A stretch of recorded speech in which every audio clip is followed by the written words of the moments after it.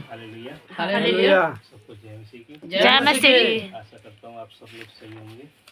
Yes. हम वचन निकालेंगे मत्ती 14 अध्याय निकालेंगे, मत्ती 14 22 से लेके 33 तक।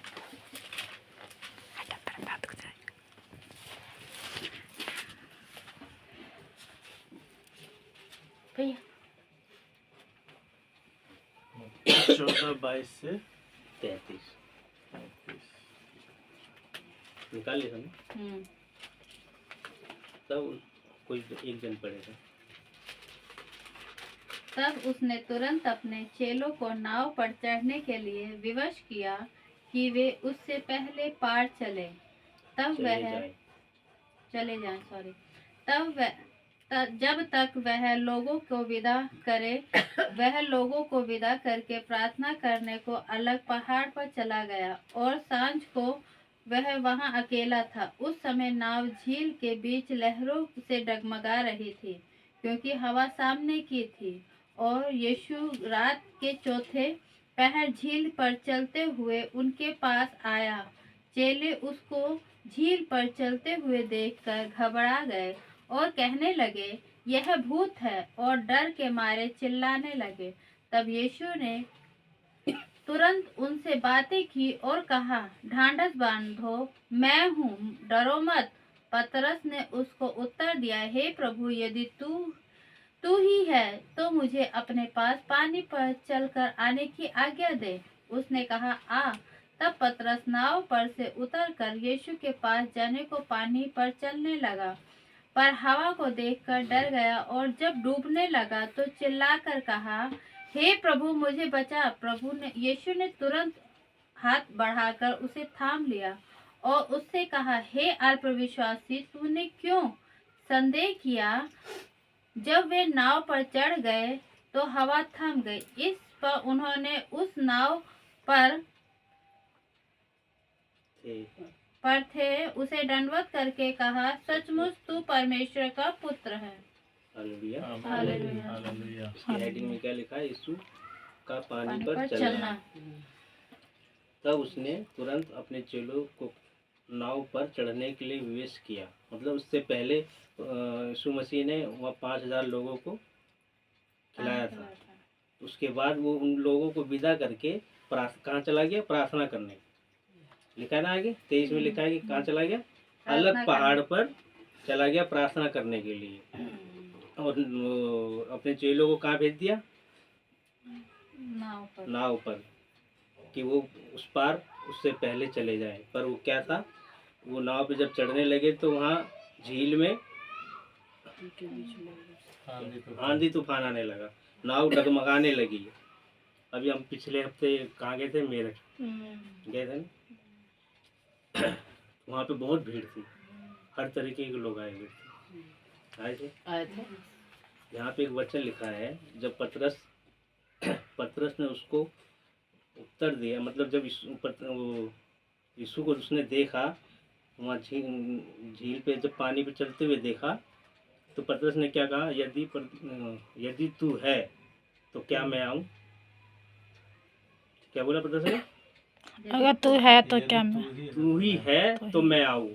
हम लोग मेरठ गए थे तो वहाँ कितने लोग आए थे? बहुत से लोग आए थे ना। उन्होंने भी यही बोला होगा, यदि प्रभु तू है तो क्या मैं आऊँ? तो कितने लोग गए थे? हम भी गए थे, हमारे साथ कुछ लोग भी गए थे। जिसने ये बोला होगा कि यदि प्रभु तू है तो मैं आऊँ, उसने बोला कि तू आ। यहाँ सिर्फ एक छोटा शब्द लिखा है, क्या? उसने कहा आ, सब गए। पर डूबने कौन लगा?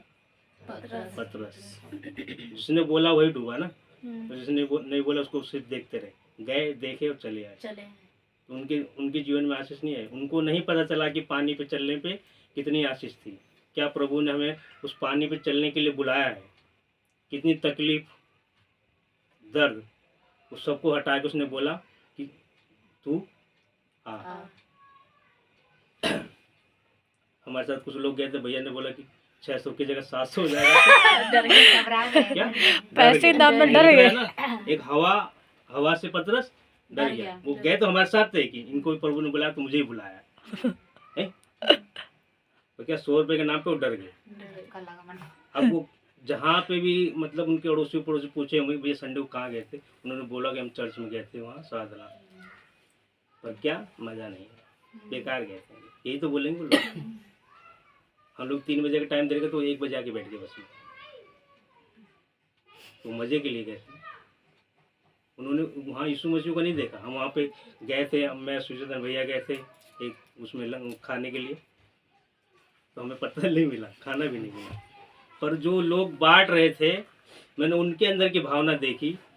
एक बंदा था 18-19 साल का, सुचेतन भैया के आगे खड़ा था, वो हाथ जोड़ के हमसे कह रहा है भैया हमें माफ़ कर दो, हमारे पास पत्थर खत्म हो गए। पूछो, मतलब उसकी जो आवाज़ थी ना उससे मैं पिघल गया। मैंने कहा यार वाह, मैं छोड़ो यार चलो। कह रहा भैया आप लोग के पास कहीं से पत्ते ले जाओ, खाना बहुत बच्चा हम देंगे। आप देखना वहाँ पे जितने भी लोग थे कोई भी कार से नहीं आया हुआ होगा, लग रहा था कोई नहीं। वो हमसे भी लग रहा था कि गरीबी थे, पर कितने दिन से आए हुए थे, एक हफ्ते से। और क्या कर रहे थे, 50 तो खुद आए थे और 50 लोगों को खाना भी खिला रहे थे। हैं?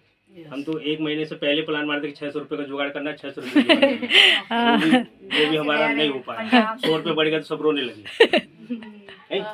पर उनको देखो, वो पता है वो जिस जाति के लोग थे ना, उस जाति के लोग हमारे पास थे पहले, वो सिर्फ एक ही काम करते थे, ढोल बजाना या खिलौने उन्होंने बेचना, उनके पास कोई काम नहीं होता। हमारी तरफ नौकरी नहीं करते वो। उनकी जो भाषा थी, पूछो मेरे भाई से, नहीं भाई, वो सतपाड़ी लोग थे, उनकी जो भाषा से ना ये पता चलता सिर्फ 2 ही काम करते हैं वो लोग, कपड़े पुराने बेचेंगे या ये ढोल बजाएंगे शादी ब्याह में, यही। तो सोचो कि वो ट्रक बुक करके लाए थे, 50 तो खुद आए थे, बाल बच्चे रजाई गद्दा खाना पीना सब लाए थे। अब एक ट्रक में भर गए। अब बताओ 1 हफ्ते का खाना तो उनका खुद का होगा, कपड़े लत्ते सब, और उसके बावजूद भी वो 50 लोग को खाना खिलाते। क्या करके, सिर्फ एक बात के लिए यार, जो लिख रहा है ना, यदि तू है तो मैं आऊँ। उसने बोला आ। आमेन। तो वो बस एक बार उन्होंने बोला आ, तो सब अपने बाल बच्चों को तैयार किया, ट्रक करा, चल दिया। सोचो उन्होंने कितना बड़ा प्लान बनाया होगा। हमने तो सिर्फ 1 महीने, सिर्फ 600-700 के लिए 1 महीने से रट रहे थे यार, कहाँ से लगाएं, कहाँ से लगाएं, कहाँ से लगाएं, तनख्वाह मिले तो जब देंगे। भैया ने बोला कि जब 1 महीने पहले दे देना, गाड़ी वाले को देना है। हमने कब दिया, जब तक गाड़ी बुक नहीं हुई, जब तक नहीं दिया, ये भाई नहीं। अब सोचो उनका क्या हाल होगा, सोचने वाली बात है ना। अब देखो हम सब गए यार, मजा तो आया नहीं यार, क्या है, ऐसा तो संडे बाजार लगता है हमारे, नहीं बाजार में घूमने तो हमसे यही कह रहे थे ना, ऐसा तो संडे बाजार बढ़िया हमारा। पर वो देखो उनको कितना मजा आ रहा है, वो आशीष मिली उनको वहाँ पे। अंदर गए चर्च में, कितनी लंबी लाइन लगा के गए। हम जब तक पहुंचे नहीं, जब तक गेट तक लाइन पहुंच गई। हम तो बीच में से गए थे, पर जो लाइन थी, जो वो कितने 2-2:30 बजे जब हम गए तब भी लाइन चली रही थी। सही बात है। वो सिर्फ एक बात के लिए कि प्रभु ने उनको बोला है कि आ।